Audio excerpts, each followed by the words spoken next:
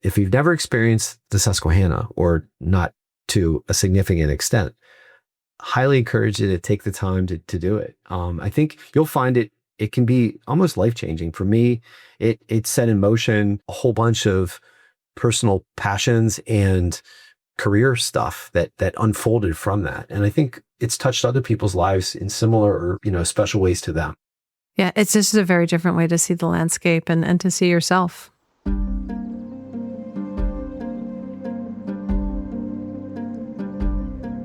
Imagine a place where stress fades, fresh air fills your lungs, and adventure awaits around every corner. Welcome to Think Outside, the podcast that inspires you to explore, connect, and embrace the outdoors. Welcome to Think Outside with the Pennsylvania Parks and Forest Foundation. I'm your host, Marcy Mowry. Today we're going to explore the Susquehanna River Trail middle section with our guest, Brook Lenker, who is the president of the Susquehanna Trail Association. Brook is actually we're going to call him the founding father of the middle section of the Susquehanna River Trail, which celebrated its 25th anniversary a few years ago. So let's learn about this pretty unique destination that we have right here in central Pennsylvania. Brook, welcome. Thank you, Marcy. It's a pleasure to join you for your podcast. Yeah, wow. The Susquehanna River Water Trail. It's been a big part of my life for, 28, 29, pushing 30 years, I guess. Gosh, I don't like how that sounds. I know, when you put things like that, it's like, wait a minute, where's the time gone? Holy cow. Yeah, I mean, I appreciate your comment about calling me a founding father, but this project, like so many, really takes a village of people. We had a formal planning committee with representatives from a whole bunch of different agencies and organizations and businesses that helped establish the water trail. But it was a sparkle in our eyes way back in the mid 1990s. I think I'd be interested for listeners to know what sparked the idea. What gave you that sparkle? Yeah. So I met a person in the early 1990s, probably like 1991, who was, as we call it, a river rat, somebody who loves the river, spends a lot of time on it.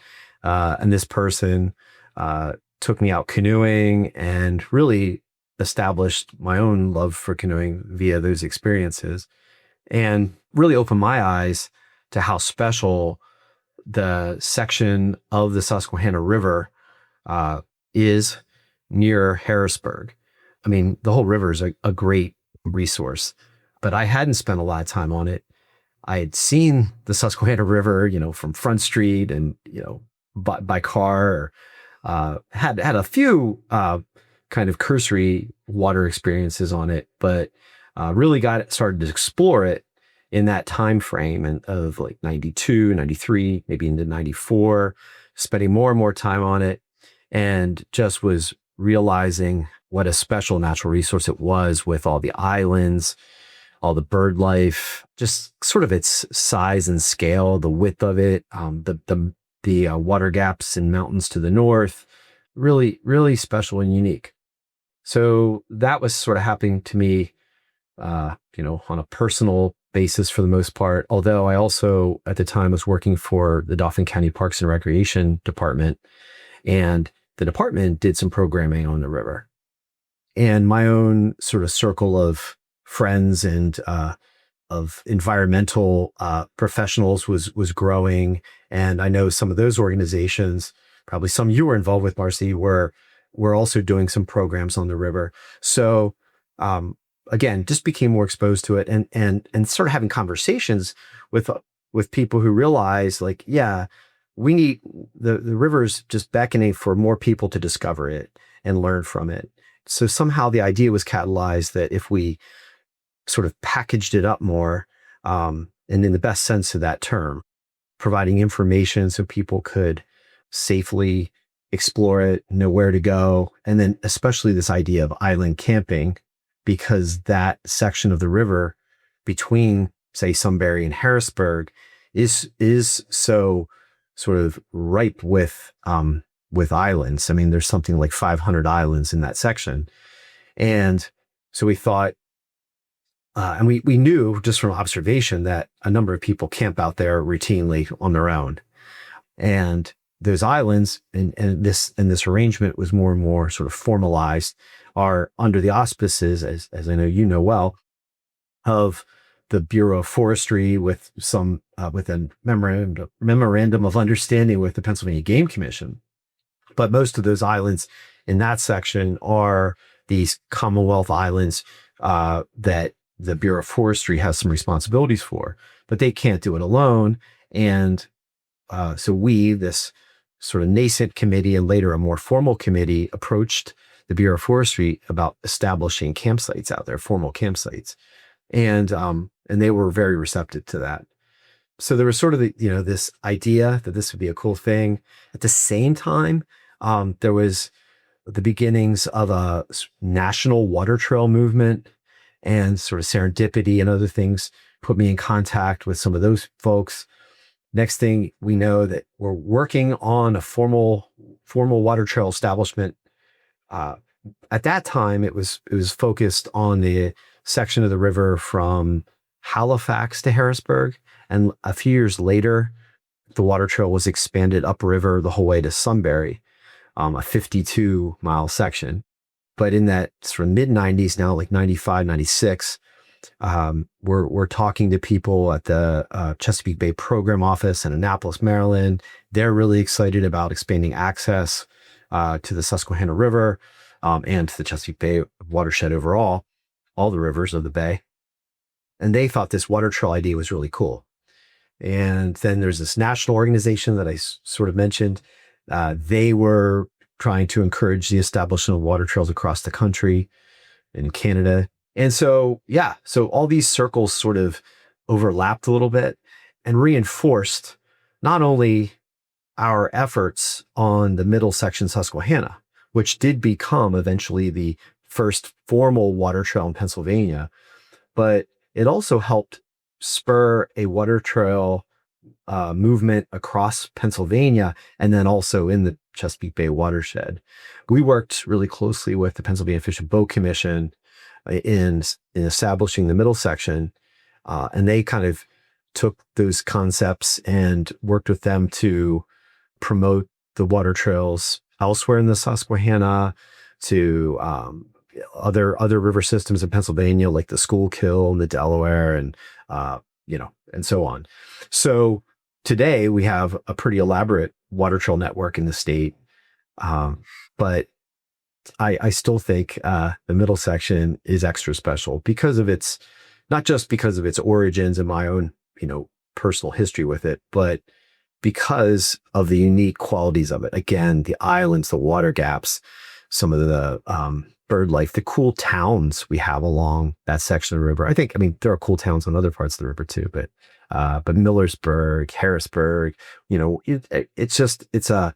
those communities kind of have embraced the river, and they provide opportunities for, amenities and access and all that. So yeah, it's really cool. So yeah, that's a little bit about it, but I could go on and on. Yeah. Well, full disclosure, we are both involved in the Susquehanna River Trail Association, and we serve in the role as stewards. You also serve in the role as president of the organization. And you mentioned, that we are in the middle section. There has since been a lower Susquehanna, a west branch, a north branch, and then, a lot of the rivers across Pennsylvania and creeks have water trails. But I think one of the things that makes the middle section unique are these forested island campsites. And just to let listeners know, not all the islands in the Susquehanna River are publicly owned. Some of them are privately owned. So when we talk about the island campsites, there's some things you're going to want to look for. So let's talk a little bit about those island campsites, since it is such a unique opportunity. Absolutely. So the River Trail Association publishes a map and guide that we sell because the proceeds help sustain the organization.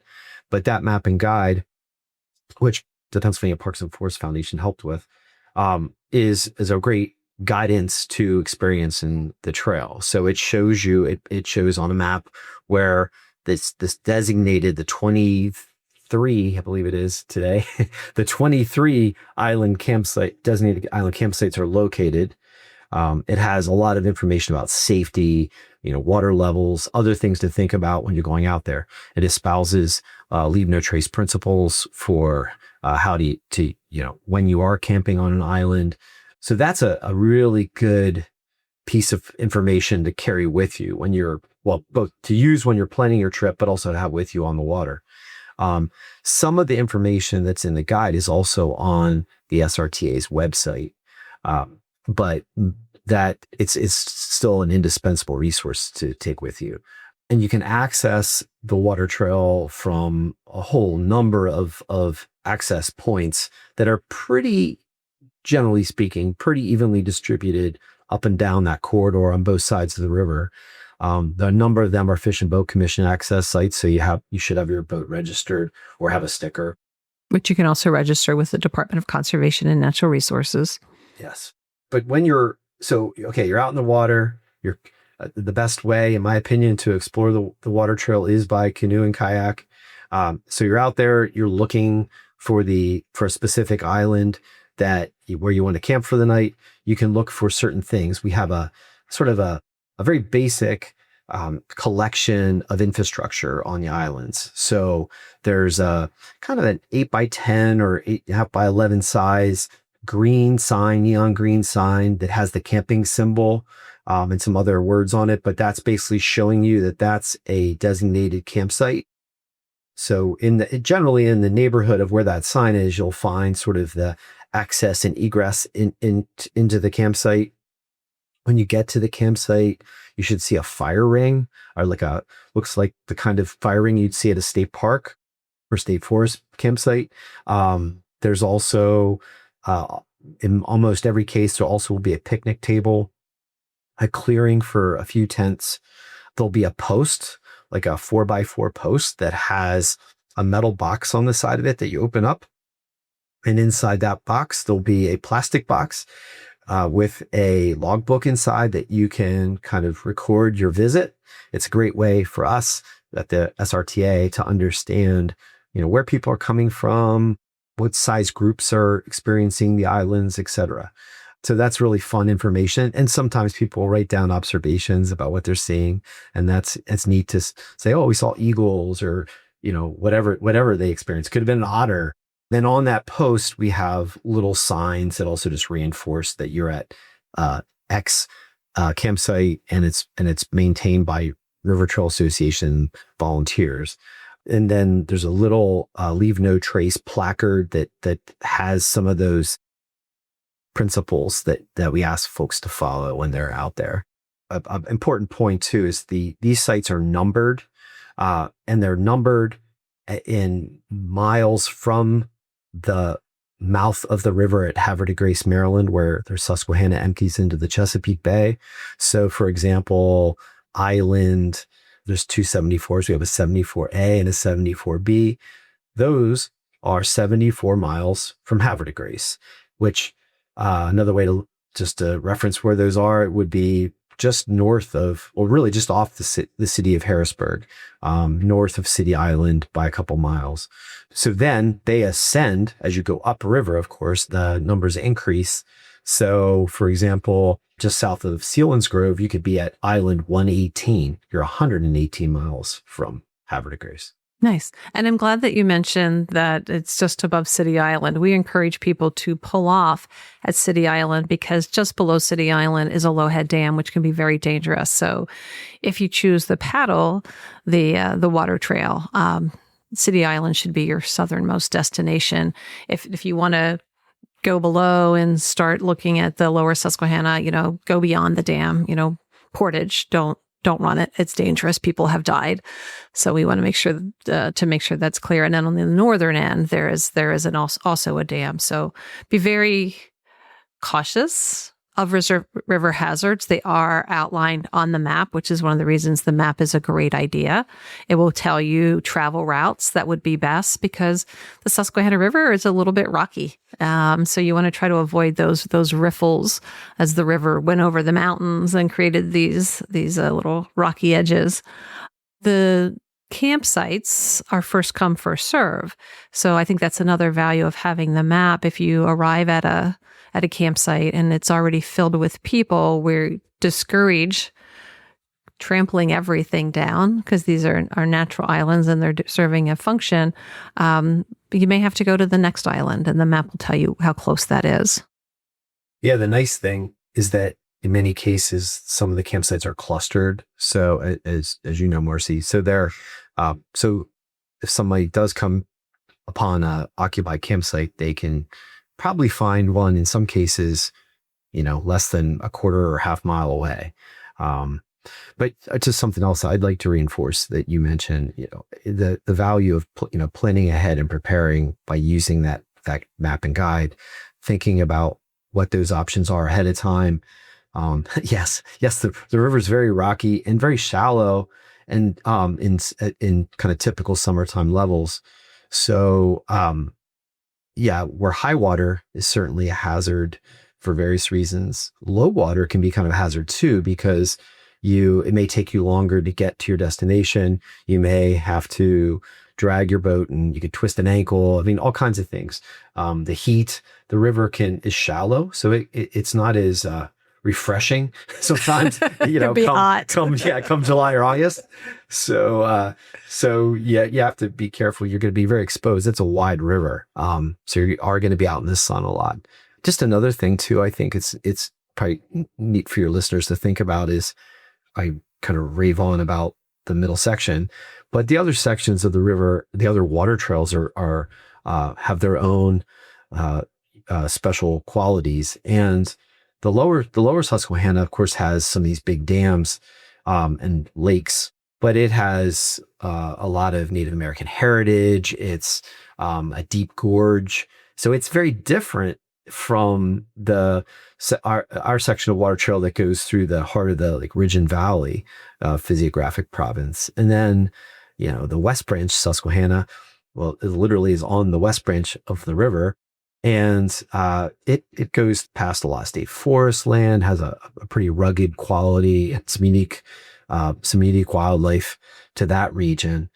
So I would encourage certainly to explore the middle section, but over time, if somebody's an avid paddler or camper and wants to get out there, to check them all out as you have time. Yeah. With 444 miles, not all of that in Pennsylvania, there's a lot to explore.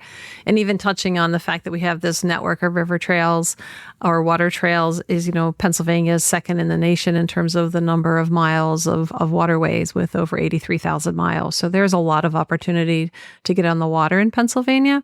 To me, one of the unique opportunities on the middle section is you could be primitive camping and staring at the dome of the Capitol. Yes, absolutely.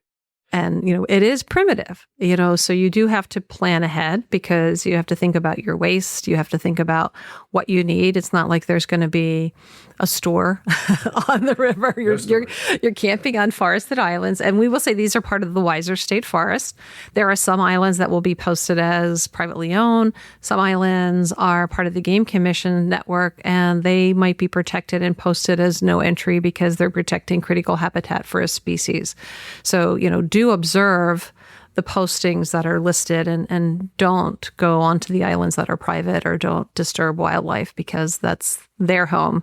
And, we're being invited into that. Absolutely. You made me think too about the criticality of knowing what you need out there. And these island sites don't have a water source. I mean, they have the river and sure, you could try to use river water and sterilize it, but or disinfect it. But typically you want to bring in your own water. The nice thing about canoe or kayak camping is you can generally bring in your own water pretty easily. So yeah, I definitely want to be prepared for a primitive experience. And then I guess too, I just like to say that really that that preparation is also about that travel time. I see, I've encountered over the years people in groups, whether they're, in canoes and kayaks or in inner tubes on the Yellow Breeches Creek, where they've underestimated the time it's going to take to go someplace. So that can really, you don't want to come in at nightfall trying to find your way to shore. So or find your campsite on an island exactly, with no light. Yep. So just to respect, I think respecting sort of the challenge that's, to take it seriously. It's not, it's a forgiving river, but you have to respect it and think things through ahead of time. And don't think that you know the river, because if we have a rough winter, if we have high water, the face of the river, the islands, they change. We as stewards, and we'll talk a little bit about that, when we go out to open our islands, we might find that where we normally would have people getting out, it's no longer a safe place to get in and out, or trees may have fallen. So, you have to keep that in mind too, that these are alluvial islands and they change over time. So it's always a little bit different every time you go out to experience the trail. Yeah, I guess any discussion about the river trail wouldn't be complete without mentioning poison ivy as a problem. Yes, it's a problem. I mean, it's not necessarily on par with the hazards of a low-head dam, but it's ubiquitous. So so you need to know what poison ivy looks like and avoid it. And we try to keep the area immediately where we want people to camp. We really try hard to keep that poison at bay, but it's all over the islands. So you have to watch what you're grabbing onto and what you're walking through. Yeah. Leaves of 3, let them be. Yes. I've had many cases of poison ivy over the years as we've worked on the islands. Yes. Ditto. So these islands, you mentioned there are 23 campsites on the 52 miles of trail. How are they maintained? Yes. So they are maintained by volunteers. The river stewards, island stewards that form like the core of the SRTA's activities are out there a few times a season, whacking down poison ivy, Japanese knotweed, making sure that signs are up, picking up any litter. Although fortunately we don't have a big problem with that from campers, although the river washes in things when there's floods and such. But yeah, basically tending those sites. If they weren't doing that, the islands would quickly be overgrown. I mean, the camping activity itself helps keep the sites nice, so long as the campers are practicing leave no trace. But they always need a lot of TLC, and it's really important that we have that network of stewards, which we've been fortunate over the years to have a number of volunteers who do that, but we always need more. And we really need people who maybe want to invest a little more time in helping to coordinate some of those activities, because it's sort of that administrative part, although it doesn't have to be as unfun as that might sound. The river trail is always in need of folks that are willing to kind of go the extra mile to help coordinate some of those activities. But yeah, we couldn't do it without a cadre of 10, 15, 20 island stewards who go out there periodically. And then supplementing that is the work of the Bureau of Forestry themselves. They often partner with us on special work days, and go out on their own time, on their work days to do like some of the more intensive maintenance, maybe install bringing out a fire ring, or bringing out a picnic table, or fixing something, or cutting down a large tree, or often cutting up, it may have already fallen. So Right. And I will, in the show notes, connect to the Facebook page, connect to the SRTA website, also an Instagram, an infographic on thinking about canoe and kayak camping. And we've also seen people out on stand-up paddleboards camping, taking their gear out. So thinking about what that means and what that looks like if you're new to it, or if you just want to learn a little bit more about how to do it safely and have a positive experience. You mentioned water levels. The map does point you to looking at the gauges, because if the water is too low, it could be not pleasant experience. If the water is too high, it could be dangerous. On the Facebook page, we do try to keep people informed of what's happening and encourage the wearing of your personal flotation device, your PFD or your life jacket. It's just to make sure that you have a positive experience and you are able to talk about your experience. So speaking of positive experience, what's one of your favorite memories of being out on the trail? Wow. There's a lot. I mean, fun experiences have been had. Years ago, we did a Leave No Trace class. And I was in that. I know you were. That's why I brought it up. Yeah. So we just had a lot of fun out there practicing what we preach. And but the river always has like a new surprise, whether I think it was about 2 years ago, I was out in the fall and it was kind of a windy day and kind of was being challenged to just make headway. And all of a sudden an otter popped up and was looking at us. And that's probably the first time I personally had seen an otter on the river. Another time closer to or upstream of Dauphin, and that's an interesting section of the water trail. A lot of islands. We came across a channel between two islands where a beaver or beavers had built a dam across a river channel, so much so that they had basically the water was probably a foot higher behind the dam. And it's funny, you see that on smaller streams, but out in the middle of the river to see it, the impoundment effect that the viewers can have was mind blowing. So, and then I'll just say this too. It's interesting, being out there doing island work or island stewardship and reading some of the log entries and the logbooks were really interesting. And then just some of the people we've met. There was a character that was sort of showing himself one particular season here and there, and he was signing everything Squid Billy. So just Squid, if you're out Squid, there. yeah, he might be listening. I don't know, but just some of the interesting people you meet along the way certainly is part of that whole, river adventure. So. For people that aren't from central Pennsylvania, you mentioned the Dauphin Narrows. There's something very unique in the Dauphin Narrows. Do you want to talk about what people might see? Sure. There's on one of it's an old bridge pier. There was I believe a railroad bridge that went across the river, and it's no longer there. But there's one of the stone pilings that supported the bridge, and on top of that is a replica of the Statue of Liberty, and so it's locally known as Lady Liberty, and it's actually the second edition, I believe, of the statue that originally was put up as a prank overnight sometime in the 1980s, I believe, and caused quite a traffic jam when people were driving into work and saw this statue that had suddenly appeared. So it's sort of a local, a part of the local lore for sure. But the statue's still out there. You can still paddle by it.